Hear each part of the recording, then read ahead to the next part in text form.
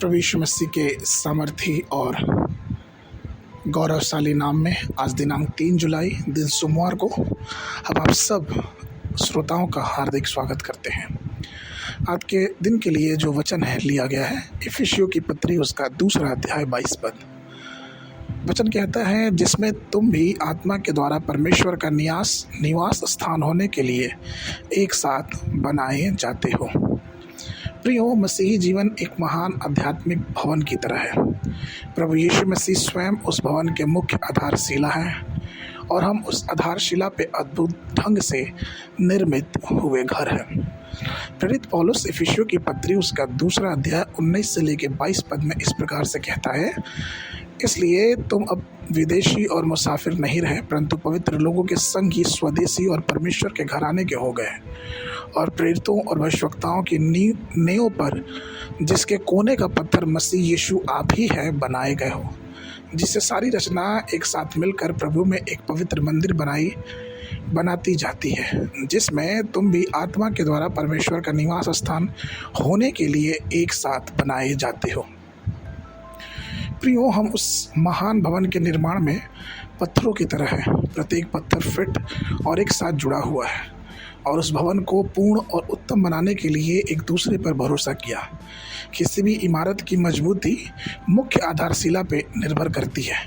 इसकी महानता इस बात पर निर्भर करती है कि पत्थर एक साथ कितनी अच्छी तरह से फिट बैठाए गए हैं और इमारत की सुंदरता उसकी पूर्णता में झलकती है।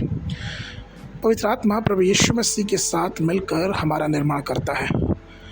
हमारे सारे वरदान जो परमेश्वर ने हमें दिया है उसके साथ हमारे जीवनों में वो कार्य करता है। कोई भी आत्मिक अलगाव में काम नहीं कर सकता और ईश्वर का कोई भी सेवक अपना अलग रास्ता नहीं बना सकता, क्योंकि एक ही शरीर है। जैसे कि घर एक ही होता है लेकिन उसमें विभिन्न प्रकार के पत्थर लगाए जाते हैं और तब वो पूरा घर बन के तैयार होता है। ठीक उसी प्रकार से कलीसिया एक है, शरीर एक है लेकिन उसके अंग अलग अलग हैं। पूरी दुनिया की जो कलीसिया है वो एक परिवार है और पवित्र आत्मा हमको एकजुट करता है। लेकिन हो सकता है कि विश्वासी अलग अलग हों। क्या आप अपने साथी विश्वासियों के साथ फिट बैठते हैं? क्या हम एक दूसरे के साथ आध्यात्मिक जीवन का निर्माण करते हैं? क्या हमने अपने भवन में दरवाजे और खिड़कियां लगाई हैं? क्या वो फिट है? क्योंकि खिड़की जो है वो दरवाजे का काम नहीं कर सकती और वो जो दरवाज़ा है उसका काम चौखटा नहीं कर सकता। क्या हम ऐसा तो नहीं है कि कभी एक दूसरे के साथ घमंड से बात करते हैं?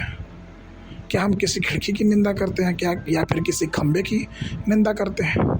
प्रियो, हमें चाहिए कि हम किसी का भी उपहास ना करें, क्योंकि प्रभु ने हमें अलग अलग सेवा प्रदान की है। वचन कहता है कि किसी को उसने प्रेरित बनाया, किसी को उसने पासवान बनाया, किसी को उसने प्रचारक बनाया और किसी को उसने परमेश्वर के सुसमाचार प्रचार करने के लिए बुलाया। अर्थात हम सब एक ही कार्य के लिए बुलाए गए।